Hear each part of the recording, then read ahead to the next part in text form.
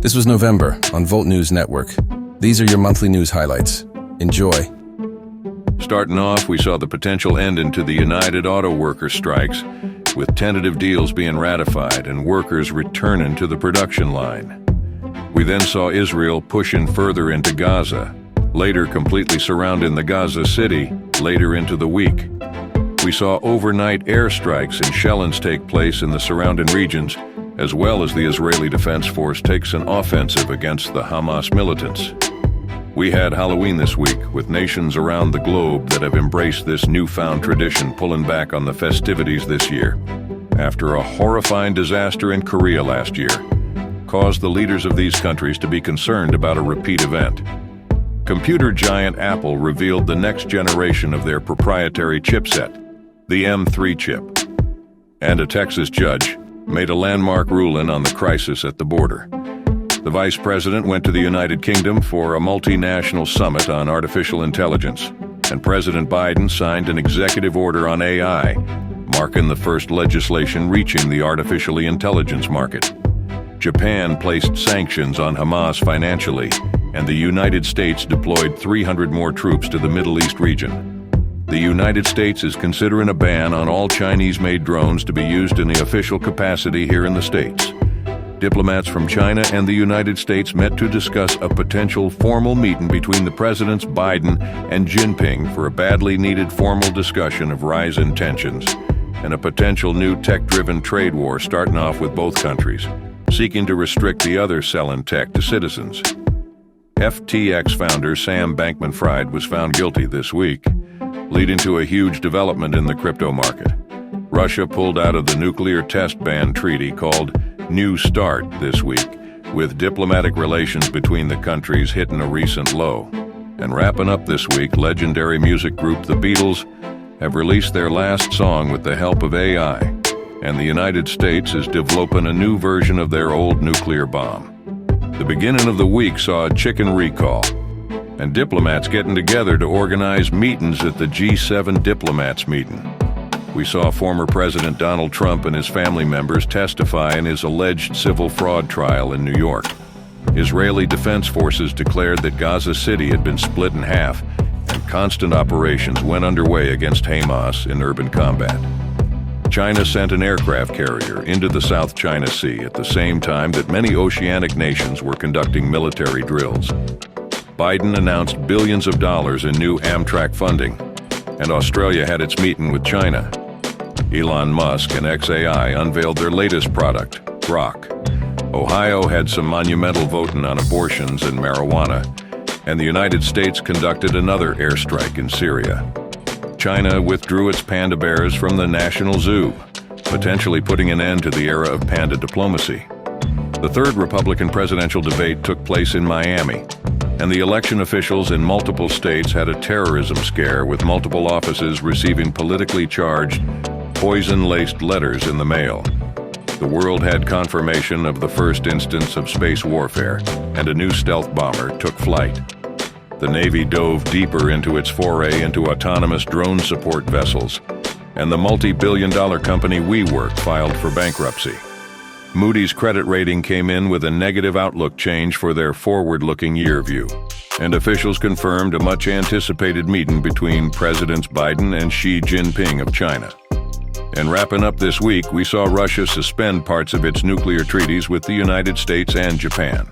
This week started with fears being stoked again about a government shutdown, which were quickly snuffed out as the House and the Senate were able to agree on a stopgap bill that effectively kicks the can down the road for a bit longer. The strikes we saw ongoing with the SAG-AFTRA and the UAW reached tentative deals, with the UAW voting to ratify their new contracts, and the SAG-AFTRA deal being voted on by December 5th. The Israel-Hamas conflict saw updates, with the IDF reporting that they had split the city in two, and also that they had captured the Hamas government buildings inside Gaza City.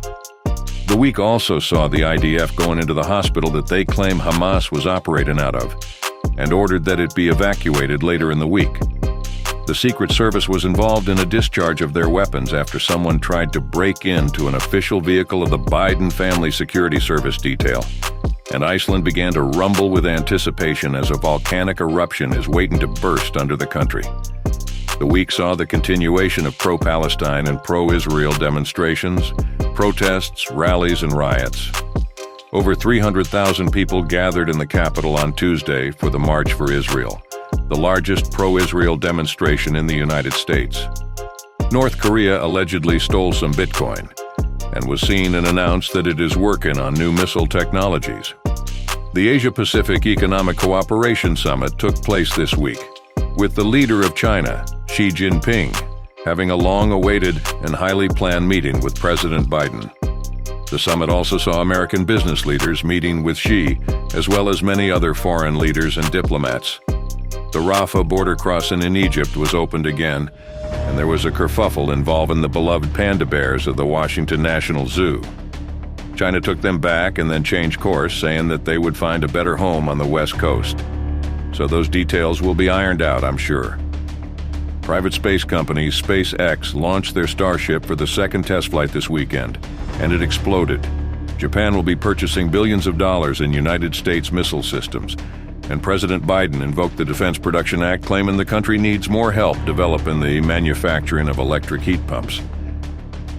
Israel and Hamas are working towards a ceasefire agreement that would see the release of Israeli hostages in Gaza in exchange for Palestinian prisoners.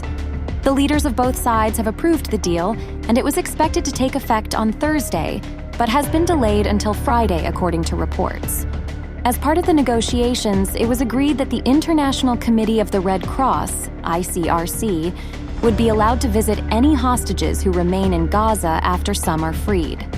However, the ICRC says it has not officially been notified of any such agreement by the parties involved. The humanitarian organization says it stands ready to visit hostages if approved and has continuously called for the release of all captives and ensured their humane treatment.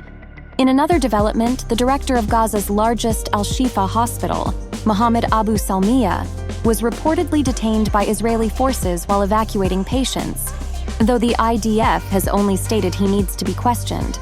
This has led to the Hamas-run health ministry in Gaza suspending cooperation with the World Health Organization, which had been assisting evacuations. Both sides have traded accusations over the hospital, with Israel alleging it was used by Hamas as a base while Hamas denies this. OpenAI has gone through a turbulent week with the sudden ousting of CEO Sam Altman, followed by intense negotiations to bring him back. To help resolve the situation, they are expanding their board of directors. One new addition is Larry Summers, a former U.S. Treasury Secretary and Harvard president, who is well-versed on issues related to AI and the economy. He will help recruit other board members and help shape OpenAI's governance. In addition, Sam Altman will return as CEO just 5 days after being fired. During his brief time away, Emmett Shear served as interim CEO, but only for about 3 days. Along with expanding the board, bringing back Altman seems aimed at appeasing employees who threatened to quit if he wasn't reinstated. The changes come amid a lot of uncertainty around OpenAI's leadership, but establishing a stronger board and keeping Altman in charge for now should help bring more stability, as the company works on important AI projects like ChatGPT. There was an explosion at the Rainbow Bridge border crossing between the U.S. and Canada near Niagara Falls. The bridge connects Niagara Falls, New York with Niagara Falls, Ontario. A vehicle traveling at a high rate of speed crashed through a fence at the border inspection area and caught on fire, exploding. Inside the vehicle were 2 people, a married couple, who both died in the explosion. Initial investigations have not found any evidence of terrorism being involved after initially believing the event to be potentially linked to a terrorist event, identifying passports that survived the explosion. As a precaution, security was increased at border crossings, airports, and major transportation hubs in both countries due to it being a busy travel time for Thanksgiving. Additional police and bomb sniffer dogs were deployed. The Internal Revenue Service has decided to delay lowering the threshold for payment apps like Venmo and PayPal to report sales to the IRS due to confusion and issues arising. A law passed last year called for the threshold to drop from $20,000 in sales to $600 starting this year. However, everyday people have been confused about what actually needs to be reported. Specifically, it's been hard for people to know if a payment was for a taxable good or service sale or a non-taxable personal gift to a friend or family member. There's also been trouble handling payments where someone lost money selling something. They also said next year, in 2024, the threshold will be $5,000 before dropping to the $600 level in 2025. This gives both the IRS and companies like Venmo more time to work out problems and make it clearer for people to report any taxable income correctly. Violent clashes erupted in Dublin, Ireland after a unidentified suspect went on a stabbing spree and injured multiple children and civilian adults that intervened in the chaotic event. After the stabbing, large crowds gathered and clashes broke out between protesters and riot police. Video showed protesters fighting with police and setting a police car on fire. They were chanting anti-immigrant slogans. The Irish Police Commissioner condemned the violent protesters, saying they were a lunatic hooligan faction driven by far-right ideology. The clashes disrupted public transportation and one major train station was shut down. While police said they are still investigating a motive, they do not believe it was an act of terrorism. The evacuation zone near the town of Grindavik in Iceland remains dangerous, as officials warn that a volcanic eruption could still occur with only a few minutes' notice. Poor weather has also been hampering monitoring systems, making detection of signs of an impending eruption even more difficult. While seismic activity appears to be decreasing near the magma dike, experts say the area is still unstable.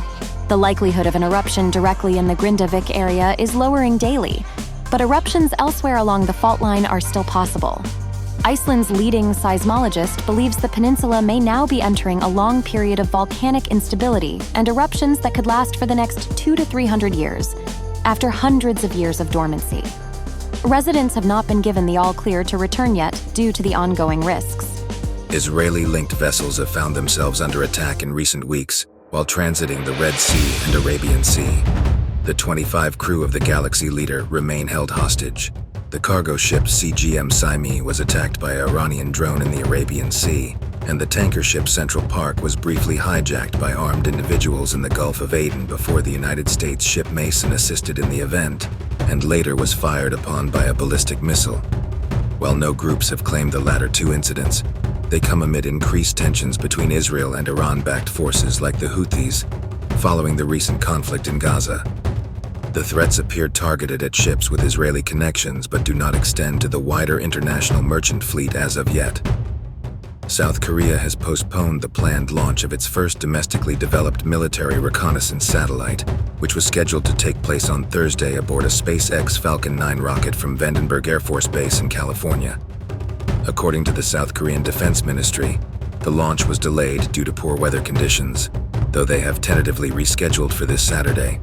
This postponement comes just days after North Korea claimed to have successfully launched its own military spy satellite, which they claim has taken pictures of the White House. While South Korea has confirmed North Korea's satellite entered orbit, it is still analyzing whether it is functioning properly.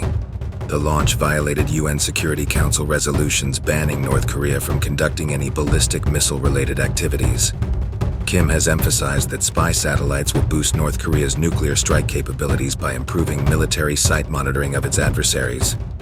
In response to North Korea's actions, South Korea and the US have increased their combined military exercises and surveillance operations near the Korean peninsula, utilizing strategic assets like aircraft carriers. The launches have increased tensions between North and South Korea, with both sides taking steps that breach their 2018 military agreement intended to reduce frontline hostilities. North Korea has conducted hundreds of missile tests since Biden has taken office. Israel and Hamas agreed to a ceasefire in their latest major conflict in the Gaza Strip. As part of the ceasefire negotiations, it was agreed that Hamas would release Israeli and other hostages being held in Gaza. In exchange, Israel would release Palestinian prisoners from its jails. The first such prisoner exchange took place. Hamas handed over 12 hostages, including 10 Israelis and 2 foreign nationals, to the International Red Cross to return to Israel. In return, Israel freed 30 Palestinian inmates from prisons in the occupied West Bank and Jerusalem. The ceasefire appears to be holding, despite some isolated incidents of violence reported by both sides. International mediators were working diligently to not only maintain the extended 6-day ceasefire, but also facilitate additional hostage and prisoner releases. Their goal was to reinforce and lengthen the truce in order to improve the dire situation in Gaza and make progress on a longer-term resolution. Hunter Biden has agreed to testify before the Republican-led House Oversight Committee next month, but only if the hearing is public. The committee had originally subpoenaed Hunter Biden to appear for a closed-door deposition as part of their impeachment inquiry into President Biden. However, Hunter Biden's lawyer, Abbe Lowell, proposed a public hearing instead in a letter to the committee. Committee Chair James Comer pushed back, saying Hunter Biden must first appear for the closed deposition. The committee has also asked President Biden's brother James to appear for an interview on December 6th, as part of their impeachment inquiry into President Biden, focusing on allegations of bribery and involvement in Hunter Biden's business. In the coming days, the United Nations Food and Agriculture Organization is expected to release a global food systems roadmap at the COP28 Climate Summit in Dubai. The summit, just 2 days away, usually draws international leaders in politics, science, and religion. However, the Pope will not be attending this year. This roadmap will call on Western nations, including the United States, to dramatically reduce their meat consumption in order to lower greenhouse gas emissions from the agriculture sector. While non-binding, the roadmap could influence policy around global food production. The United Nations has long advocated plant-based diets. Americans eat more meat per person than almost any other country. This year, Americans are projected to eat 225 pounds of land animal meat per person. This is a record high. Whether or not the American consumer takes lightly to these restrictions and demands is yet to be seen. But I would think Texas barbecues aren't stopping because international governments want them to. The Japanese maritime self-defense force destroyer Akabono seemingly left the Gulf of Aden area at nearly full speed after receiving information about ballistic missiles being launched from Yemen. The Akabono had been operating with a U.S. destroyer responding to the recent seizure of a tanker by armed individuals believed to be Somali pirates. The JMSDF received word from the U.S. military that missiles had been launched from Yemen, with the missiles landing approximately 18 kilometers from the Akabono's position. While no direct threat was assessed, the quick departure suggests that JMSDF ship acted cautiously upon missile launch notification as it continues its anti-piracy patrol in the Gulf of Aden. New York City is expected to experience its first major snowstorm of the season, triggering a code blue weather alert that could exacerbate issues around homelessness and the migrant crisis. Under a code blue, freezing temperatures between 4 p.m. and 8 a.m. require the city to shelter all homeless individuals seeking accommodations, including thousands of asylum seekers who have crossed the U.S. southern border illegally. While New York works to streamline housing intake for approved immigrants, the city is only guaranteeing temporary lodging for 30 days, after which evictions can occur if alternative housing is not found. Some migrants have reportedly slept on streets or in transit waiting areas while trying to secure new shelter. The impending snowstorm poses challenges given the city's right to shelter law obligating support for any person requesting emergency housing. Officials encourage calls to 311 if homeless individuals are spotted outside during dangerous code blue conditions to dispatch emergency shelter teams. The United States Space Force has selected Boeing-owned company Millennium Space Systems to begin production of 6 new satellites for deployment in medium Earth orbit to detect and track ballistic and hypersonic missiles.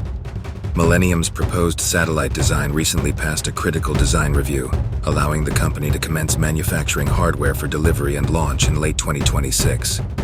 This comes after Russian forces were reported to have loaded and prepared their nuclear-capable hypersonic glide vehicle into a silo-based operational platform.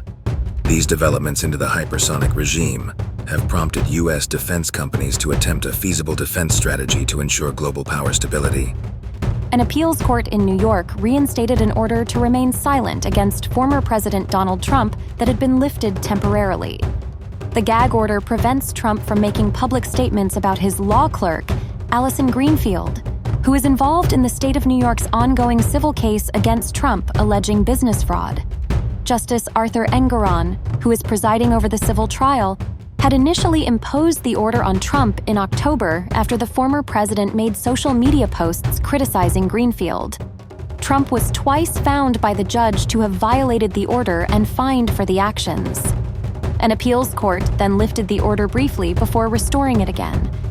The reinstating of the order on Trump comes as the civil fraud trial against Trump and his eldest children continues in New York State Court. More U.S. retailers are adopting returnless or keep-it return policies for online purchases as a way to shelter profits during the holiday return surge. A survey from return services firm GoTRG found that 59% of retailers offer these returnless policies, up significantly from 26% last year. These policies allow retailers to avoid the costs associated with processing returns for items that cost more to ship back than they are worth. Major retailers like Walmart and Amazon have tested implementing such policies or worked with third-party sellers on their marketplaces to set return parameters.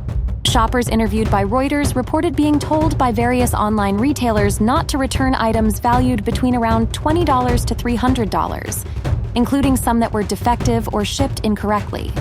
Returns typically rise significantly after major sales periods like Black Friday and Cyber Monday, costing U.S. retailers around $816.6 billion in 2021, according to other studies. Documents obtained by the House Judiciary Committee reveal that the Biden administration worked closely with YouTube in 2021 to target alleged misinformation related to the pandemic and vaccines. The documents show correspondence between White House Director of Digital Strategy, Rob Flaherty, and Google employees, with Flaherty asking for data on alleged vaccine misinformation trends and videos not yet removed from YouTube. YouTube's government affairs team then arranged briefings between YouTube product teams and White House staff at the White House's request. The briefing aimed to address White House staff's questions and concerns to prevent issues, quote, from potentially spiraling out of control. House Judiciary Committee Chairman Jim Jordan criticized this collaboration, saying documents confirm the Biden administration worked with big tech to censor free speech. Health officials in Ohio and Massachusetts have reported increases in pediatric pneumonia cases in recent months. However, experts say there is no evidence of a new white lung syndrome disease. The term white lung syndrome was coined by some Ohio officials to describe over 140 pediatric pneumonia cases reported there since August, but it is not an official medical term. Doctors note the illnesses seen in Ohio and Massachusetts are typical seasonal pneumonias caused by common viruses that many children lack immunity to. While respiratory infections are rising in some areas, experts state nowhere are high levels being seen. Increased cases are a normal seasonal occurrence rather than indicative of an unknown disease. The 28th conference of the party's summit began in Dubai, with United Nations Secretary General Guterres making statements. Over 100 leaders attended to discuss many topics. Significant pledges were made to the new Loss and Damage Fund to help vulnerable nations cope with climate disasters, including $2 million from the European Union and $100 million each from the UAE and Italy. While an unprecedented start, experts say billions more will be needed. Discussions will continue around increasing contributions in addressing the key issues. Methane is also a major topic, with announcements expected on international efforts to reduce pollution, particularly from China's extensive unregulated coal mining industry. The Texas Attorney General's office filed a lawsuit against Pfizer alleging that the pharmaceutical company lied about the effectiveness of its pandemic vaccine.